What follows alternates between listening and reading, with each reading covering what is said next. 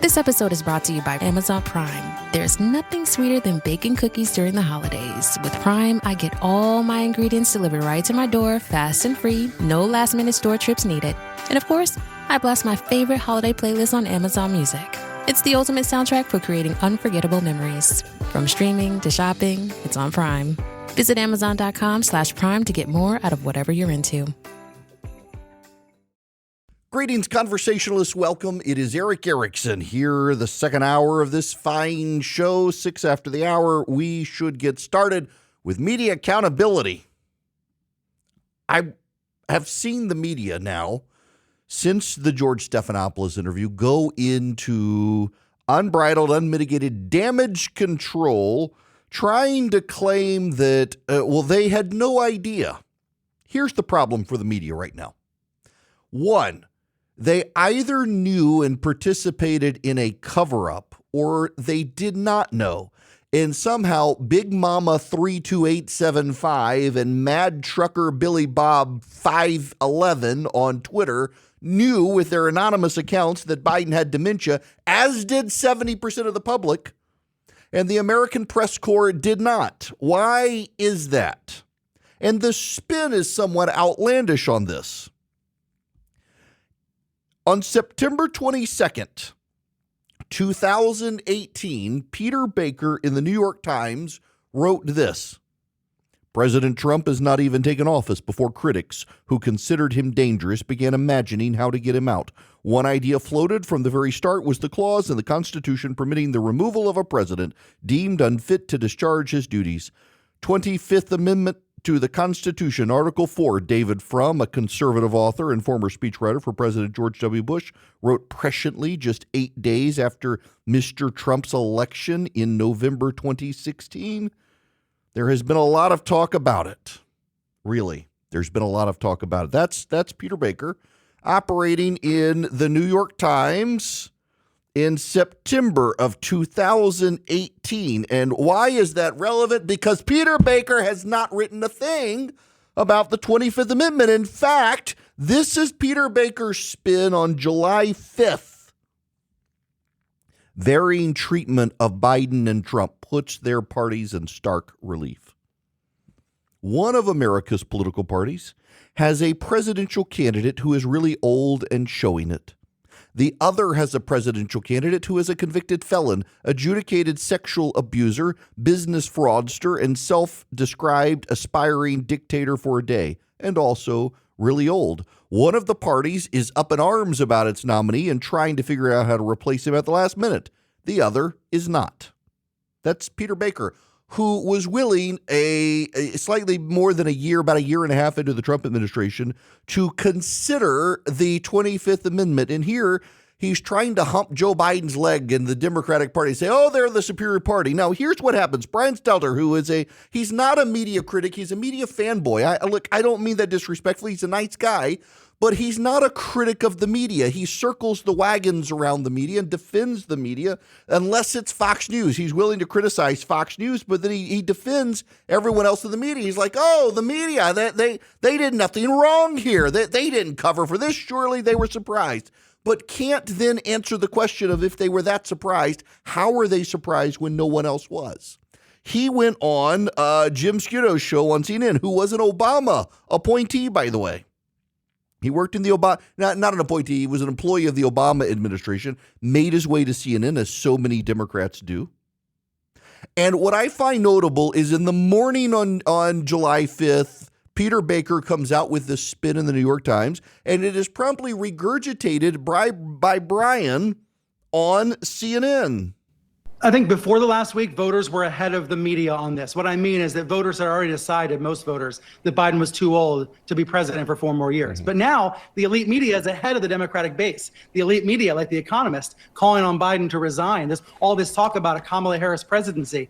Look, Jim, we may be in a world where we're going to have the first female president in the United States in a matter of weeks. That is not impossible. It seemed crazy maybe a couple of weeks ago before the debate. But we are now in an environment where there are a lot of possibilities. And I think that points to the asymmetry of these two parties, the Democrats and the Republicans. The Republicans are backing their convicted felon candidate to the hilt. Democrats are having a very active conversation about throwing their guy overboard. These two parties are so different. They're not the same. There's an asymmetry here. And you're seeing that in the media coverage as well, where liberal-leaning outlets are pressing for Biden to go because they believe that's the way to stop Trump. At the end of the day, this entire conversation about Biden is actually a conversation about Donald Trump. Well, for everything in the media, everything is a conversation about Donald Trump. They're obsessed with Donald Trump. But this is part of the problem, Brian. And I don't know that you'll see this video, but I hope you do. Here's part of the problem. No, it's not about Donald Trump, except you have made it about Donald Trump. You and members of the press. Peter Baker, whose views you just regurgitated on CNN on the same day he wrote the piece, have completely missed the fact so that you can make it about Donald Trump. You can make it about Donald Trump, not the rest of us. You can. Here's how. Because one party went through an open primary process with multiple candidates vying for the Republican nomination, and their voters chose Donald Trump. Joe Biden canceled primaries, refused to campaign in states that got ahead of him, and shut down any dissent. There was no open primary on the Democratic side. The fact that you and Peter Baker and other members of the media went straight to, well, the Democrats are having this conversation and the Republicans decided to stick with their felon. That's why you're part of the problem. That's why you're part of the problem, because you can't even realize the Republicans had an open primary process and their voters decided while the Democrats shut down their process, and they're only having the conversation because the cover-up failed. The fact that you could not go on television and Peter Baker could not write in the New York Times, nor could any of these other people, that they're having this because it's a cover-up, and instead chose to spin it as, oh, the Democrats are the righteous party because they're having a conversation. They did not want to have the conversation. They didn't want to have the conversation. They never wanted the conversation. They tried to cover it up. In 2021, Joe Biden, 2022, Joe Biden, President of the United States of America, addressed the public. And guess what? The first frost, you know what was happening? It had to put on the windshield wipers to get literally the oil slick off the window. That's why I and so damn many other people I grew up have cancer. And why can't, for the longest time, Delaware had the highest cancer rate in the nation. Joe Biden said he had cancer. Joe Biden said he had cancer. Now, let's see here. I want to see Peter Baker, New York Times, Biden, cancer. Does anything come up? No. I don't see it. No. I don't see coverage from Peter Baker writing about Joe Biden telling the world he had cancer. I don't see it.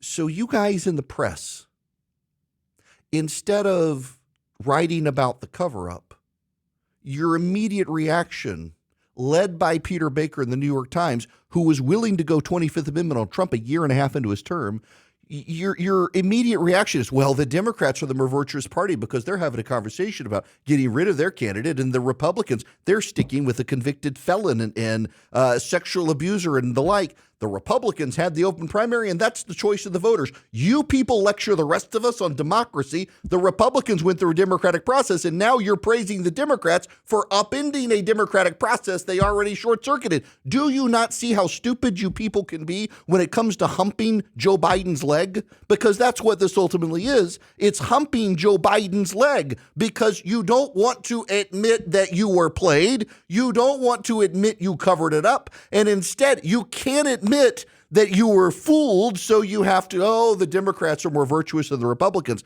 They're having this conversation. Pay no attention to the cover-up. And this gets back to the initial point. Were members of the media complicit in the cover-up? Or did members of the media get played? If they got played, let's, for the sake of argument, and I don't believe it, but for the sake of the argument, let's say they had the wool pulled over their eyes. They had no idea. Why is it that anonymous people on Twitter and social media and a majority of Americans have known this whole time something was not right, and you people in the press did not? Why? Can you answer that question? Can you offer that question? Because it showed up in the polls repeatedly.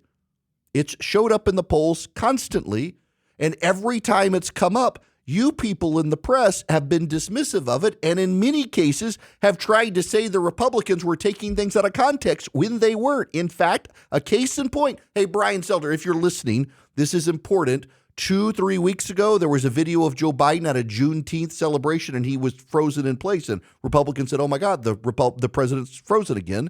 And the New York Times said the Republicans had taken that out of context. And this past week used the same damn video to show proof that Joe Biden has been out of it for a while. Can anybody, you explain that to me? Why did that happen? Instead of trying to hump the president's leg and the Democratic Party and defend it and say they're the more virtuous party because they're engaged in a conversation because their cover-up failed and you guys can't acknowledge that?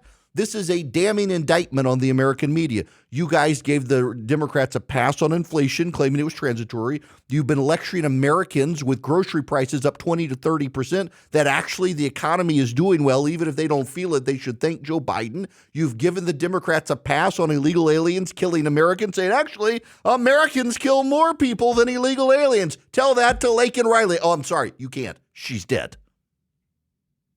You people in the press have covered for the Democrats for all this time. And now you're circling the wagons around yourselves, defending yourselves, saying, we had no idea. We were fooled. And now there's a torrent of information flooding from the press. It turns out for 18 months to 24 months, people have been telling you guys stories saying off the record. And instead of having them off the record and just not doing anything, you guys still attacked Republicans for suggesting Joe Biden had dementia. You could have just kept your mouth shut at this point when you've had so many people. Look at Olivia Nuzzi in New Yorker has this piece back in January. People were telling her, longtime friends of Joe Biden, he didn't recognize him. Carl Bernstein says 18 months ago, Democrats started telling him, members of the press, and I'm not throwing Olivia Nuzzi here, but other members of the press, I'm sure had the same thing happen. And what was the response? How dare Republicans say there's something wrong with Joe Biden? These are deep fakes, cheap fakes, taken out of context. No.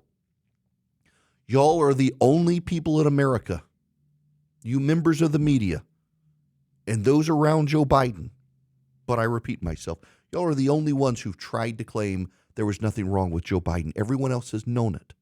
Either you participated in the cover-up or you're the biggest fools in America. In either way, there's a massive reputation hit for the American press corps, a massive reputation hit, because either you are too out to lunch to do your jobs right, or instead of speaking truth to power, you covered for the powerful because you wanted access and didn't want the other guy to be elected. And either way, it's a damning indictment on the American press corps. And shame on all of you people. And shame on all of you for trying to rush out this talking point that the Democrats are somehow more virtuous because they're having a conversation about ditching their candidate, the one they tried to cover up his mental failings while the Republicans had an open primary process and tried to pick a new candidate. They didn't. You guys could have, except the Democrats shut that process down to protect their precious, just like you guys in the press did. Welcome back. It is Eric Erickson here. I got to tell you, one of the things, I mentioned this the first hour, I realized, but I'm still kind of surprised by the audio. Now, like I mentioned, there's a story. I'm talking about the ABC interview, by the way, with Stephanopoulos. So there's a story out that a Parkinson's neurology specialist has met with the White House doctor. They're being very vague about it. But I have relatives with Parkinson's, and one of the symptoms of Parkinson's, one of the symptoms of some forms of dementia as well, is you become much more quiet, harder to hear you. The reason that you heard so much background noise in the ABC News interview, as I mentioned, is because the audio levels for Biden had to be elevated.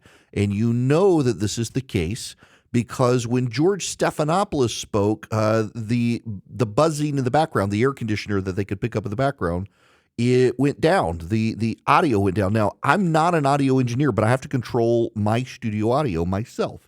And I have a mixer next to me, and we fix the levels, and every day before the show, test. Some of you know on the podcast sometimes the audio is different from the commercials. It's not an easy thing to fix, actually, in many cases, and we've got to be careful with our audio. When you have that much humming in the background, it's because their levels are high. So right now, there's a train going past me.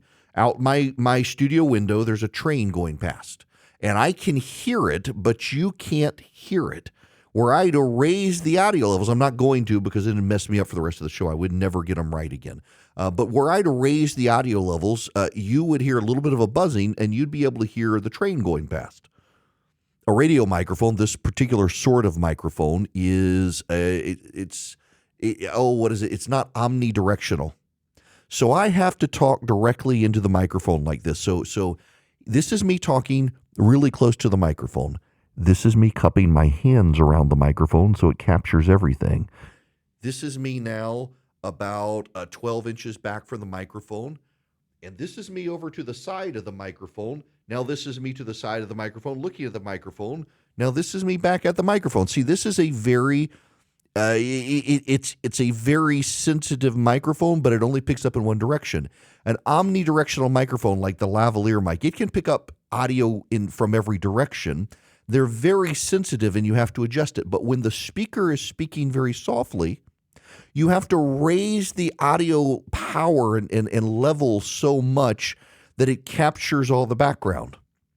That's the reason the audio quality was off with George Stephanopoulos and Joe Biden, because he was speaking so softly. That's it. And that's not a healthy sign that Joe Biden couldn't speak. He sounded forceful in the interview, but was speaking so soft that an audio engineer was having to adjust levels there. That's really not an encouraging situation for the President of the United States. Now, I want to encourage you to go to EdenPureDeals.com. Why? Because you can get 3 Eden Pure Thunderstorms and save $200, and you get them for less than $200. The Eden Pure Thunderstorm is an air purifier.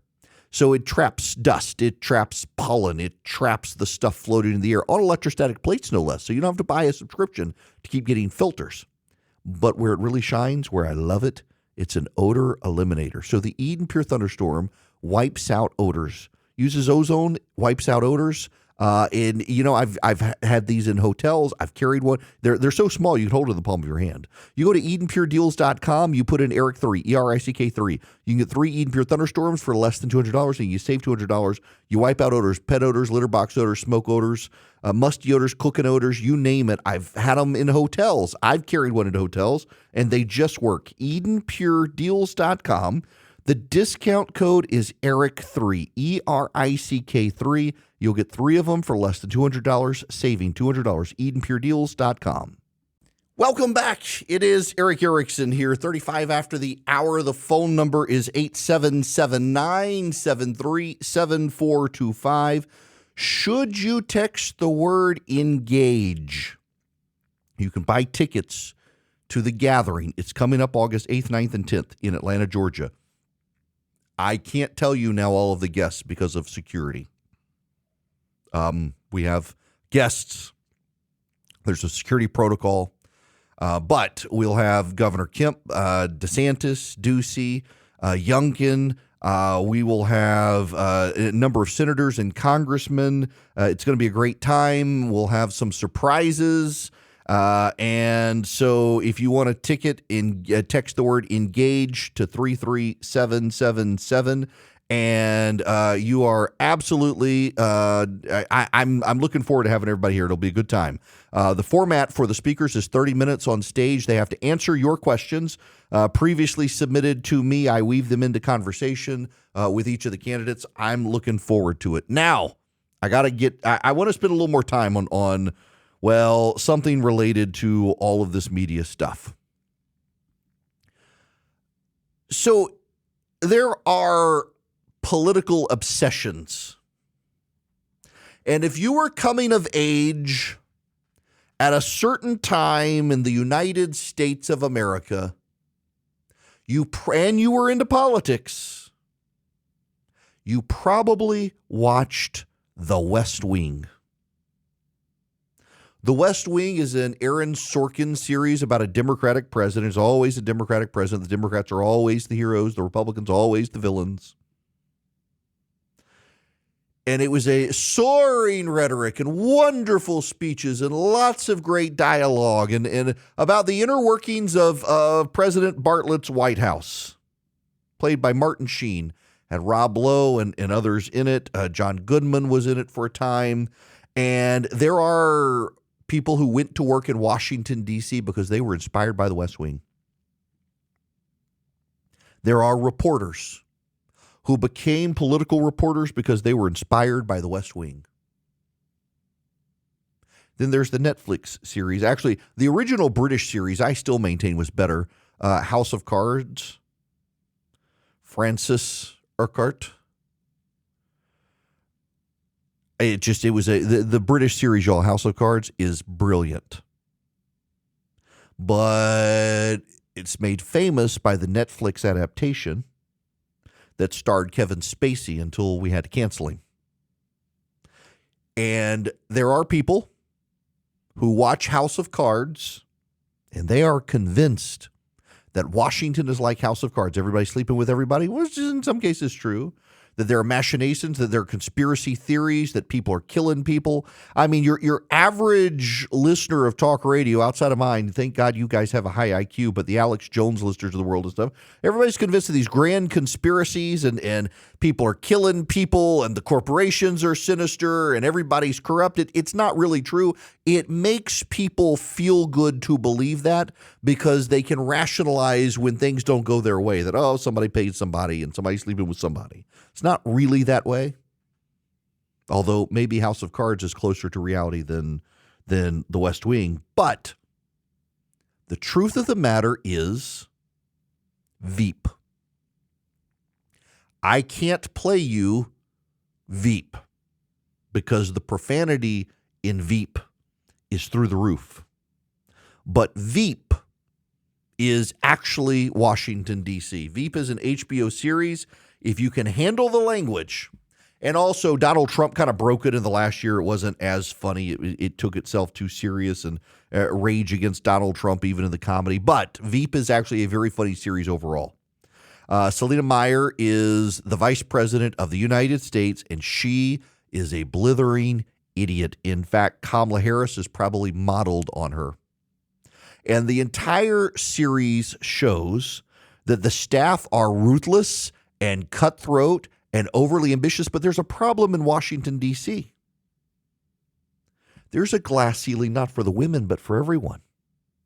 You can only go so far in Washington, D.C.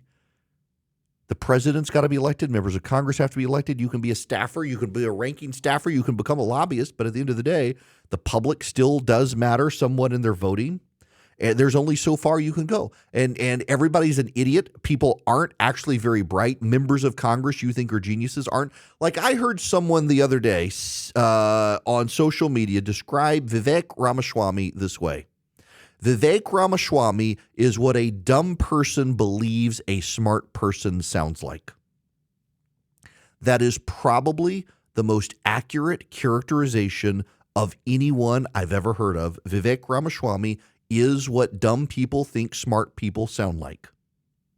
He's not the genius you think he is, but who am I to disabuse you because you've heard him speak and he's dazzled you? So that's the same way in Washington, D.C. Washington, D.C. is full of ugly people who look good in Washington, D.C., who are actually not very bright but sound bright because they use big words and cite legislation and statutes. But overall, they're not very bright. The reporters themselves, most of them, are not very bright. And when you get to a D.C.-centric environment where there's lots of power, there's lots of prestige, people presume that everyone is smart when actually a lot of people are just really dumb. That is Veep. They're dumb and they're highly ambitious people. Which is why, as I mentioned earlier, a Democratic strategist told me there's going to be no wise men of the Senate going to the White House to tell Joe Biden he must go, because that's what everyone presumes, because that's very West Wing. That's very West Wing. It's very West Wing for Barry Goldwater and the Republican leaders of the Senate to trot down to the Oval Office to tell Richard Nixon, you got to get out of here. The votes are there to impeach you. And that's the problem here, is that what's happening with Joe Biden is an impeachment. With Richard Nixon, he needed to know the votes were there to convict him, and if he got convicted, things would go south for him legally post-conviction, and he didn't want to become the first president ever impeached and convicted. So he had to leave. They had to go tell him. In Washington, D.C. of the 21st century, they're conducting polls. How will this affect me if I call on the president to leave? What must I do to protect myself from Joe Biden's scandal? It's all self-serving. It's all self-interested. And that goes to the press as well. The press is no better. Axios over the weekend, Biden's credibility crisis. To their credit, I've got to say, to their credit, Axios is one of the very few news outlets. And I'm not a big fan because they have rushed to use unhoused and pregnant person and all the woke speak. They are a liberal organization that pushes climate change hysteria in your face. But Alex Thompson is a good reporter. And his bosses, Jim Van High and Mike Allen, they're pointing this out today. Some top Democrats told us Biden made matters worse Friday with his ABC interview, where he denied bad poll numbers and widespread Democratic panic. All the pollsters I talked to tell me it's a toss-up, Biden told Stephanopoulos. Asked about Democratic congressional leaders, Biden said they all said I should stay in the race. Behind the scenes, Alex Thompson of Axios, the most deeply sourced reporter on the Biden beat, has chronicled day after day the number of longtime staff and top Democratic officials who feel deeply angry and misled. These are the president's fans, many on his payroll. Lawmakers and top Democrats feel duped by Biden, his press office, his campaign co-chairman Jeffrey Katzenberg, his top aides. They all promised the president was sharper than ever. Joe Scarborough, you've got some explaining to do. You're the one who started your show by telling people, F you if you don't believe me. This is the sharpest Biden ever. Is there going to be any accountability? You know, and I know, buddy, that if it was a Fox News person, you'd want accountability. So what are the standards here that you guys in the media are using for each other in this? Back to Axios. The media might be Biden's biggest problem of all. It's a fair conservative critique that many reporters ignored obvious signs of cognitive decline. Yes, there are exceptions. But one tell, rarely did other outlets follow our exclusive reporting on accommodations for Biden's aging. That included shorter hours for public appearances, fewer improvisational or late-night moments, and the rise in handlers and devices to help avoid tripping and falling. Some reporters enabled the White House by piling on reporters on social media who questioned Biden's lucidity. What turn of events would keep Democrats, media, and voters from watching every public appearance for hints of decline? How could reporters ever trust Biden aides after they tried to shame reporters who dared pointing out obvious changes? How do they reassure lawmakers who now see Biden's age and White House denialism as their problem? A top Democrat and Biden backer asked how the president gets his credibility back, said, get out of the race. What's laughable is Peter Baker doing his own damage control. Remember, he's the guy who wrote about the 25th Amendment and Donald Trump and now is saying that the Democrats are more virtuous for having this conversation. Says, quote, no one's going to take anything at face value. That's for sure. Some of Biden's own staff is replaying in their heads the past few years, wondering if Biden's decline was purposefully hidden. Alex Thompson reports. Here's the thing. They are desperate for a win. Some of them have internalized, actually, that they must stop Donald Trump. They really believe it. They didn't like it. As I mentioned, Joe Biden saying, what do you think if you lose to Trump? And he said, well, I'll think I gave it my all. That's not a good enough answer for people who really believe democracy is at stake. It's not, but they believe it. These aren't reassuring answers. And this is what you get with Veep, not House of Cards, not West Wing. Sure, in West Wing, they covered up the presidents. health condition. He had MS in West Wing, but no, this is Veep. These people, they did their best to put him in a bubble, to cover him up. They ran the show. I mean, the question of who's running the show, if not Joe Biden, is his handlers around him trying to do his bidding, and Jill Biden. It's not Obama. In fact, I'll have something to say on the Obama stuff in the next hour. I will have something to say on that. But here's the issue, and this is really important for everybody to understand. There's no going back. There is no going back. Joe Biden can stay in the race if he wants to stay in the race. There's no way to force him out of the race, but there's no going back. And that's the problem, and that's why he's going to have to get out of the race. There are too many reporters who must now savage Joe Biden so that they can pretend they weren't complicit in the cover-up. There are too many Democrats who must call for Joe Biden to get out of the race so they look leaderly because it's what their constituents want. Joe Biden is damaged goods now. There's no coming back from Joe Biden and his damaged goods. That's just the reality. Now, the reality for you is that you might need a bank, a good bank. And a great bank is Old Glory Bank. Old Glory Bank. Let me get this paper here because I got to read the numbers for you. It's important. The lawyers tell me I got to read the numbers because I want to talk to you about their mortgages because they do VA, conventional FHA loans. They have competitive rates. They have quick closing times. And if you refer a friend to them and their loan closes by September 1st, you're going to get $250 and you're going to get a John Rich autographed Old Glory Bank cap. John Rich, one of the original investors in Old Glory Bank. It's a bank by conservatives, for conservatives. I not only own stock in the bank because I like it so much, I've been a year-plus customer of theirs. I've really enjoyed using Old Glory Bank. Their app is innovative. Their banking, I've got no-fee checking. I've got no-fee savings. Their online bill pay is great. Everything is fantastic with Old Glory Bank. You can find out more at oldglorybank.com, oldglorybank.com. You can get yourself set up. You can get your kids set up with a no-fee checking or no-fee savings account, and they have ways to deposit cash, even though they're an online bank, and it works. I've used it a lot, and your kids can too for babysitting money, lawn jobs, whatever. Oldglorybank.com. Terms and conditions apply. Member FDIC, equal housing lender, NMLS number 834337. Welcome back. It's Eric Erickson here across the nation. The phone number 877-973-7425. If you text Eric, E-R-I-C-K, to 33777, you can subscribe to the show notes, get the live stream, the podcast. Follow me around social media as well. You might want to follow me around social media this week. So let me explain to you what's happening this week. It's kind of intense.